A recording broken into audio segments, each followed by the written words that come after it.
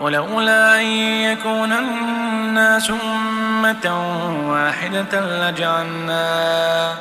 لجعلنا لمن يكفر بالرحمن لبيوتهم سقفا من فضة ومعارج عليها يظهرون ولبيوتهم أبوابا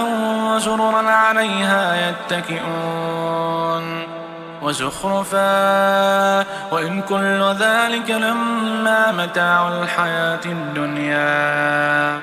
والآخرة عند ربك للمتقين. ومن يعش عن ذكر الرحمن نقيض له شيطانا فهو له قرين